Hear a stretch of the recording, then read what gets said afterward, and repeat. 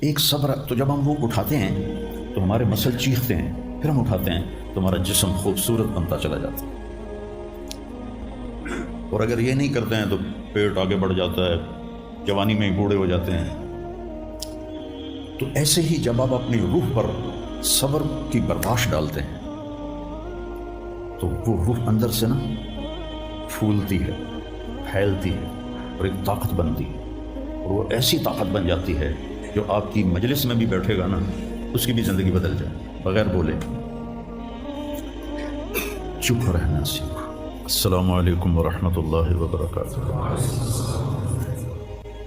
بسم اللہ الرحمن الرحیم، والصلاة والسلام علی رسولہ الکریم وعلی آلہ وصحبہ اجمعین، اما بعد۔ میرے بھائیو، دوستو اور عزیز طلبہ، اللہ تعالیٰ نے اس دنیا کو رہنے کی جگہ نہیں بنایا، یہ امتحان کے لیے ہے۔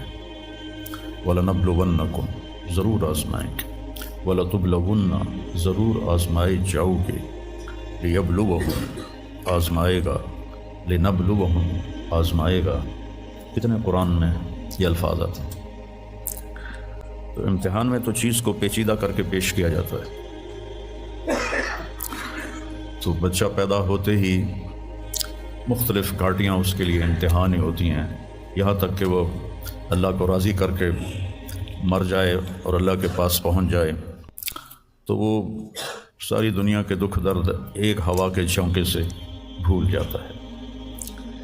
تو اس لیے اللہ نے اس کائنات میں اندھیرا رکھا ہے، روشنی کو لانا پڑتا ہے۔ اس کائنات کی اصل اندھیرا ہے، راستہ تلاش کرو، روشنی کو لانا پڑتا ہے۔ دنیا کا 97، اس کائنات کا 97% بالکل گھپ اندھیرا ہے، اس کے بارے میں آج تک کوئی کچھ نہیں جانتا کہ اس میں کیا ہے۔ یہ جو 3% ہے، اس میں اللہ تعالیٰ نے روشنی کا انتظام کیا ہے، یہ بھی اندھیرا۔ وَالَّذِي جَعَلَ الشَّمْسَ ضِيَاءً وَالْقَمَرَ نُورًا وَقَدَّرَهُ مَنَازِلَ، کہ وہ سورج کو لے کر آیا اور چاند کو لے کر آیا، ورنہ اصل یہ بھی اندھیری کائنات ہے۔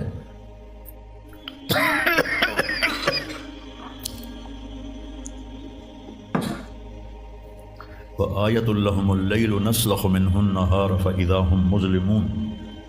سورہ یاسین کی یہ آیت بتلاتی ہے کہ اللہ نے ایک بڑی خوبصورت تشبیہ دی ہے بات کو سمجھانے کے لیے۔ جانور کی جب کھال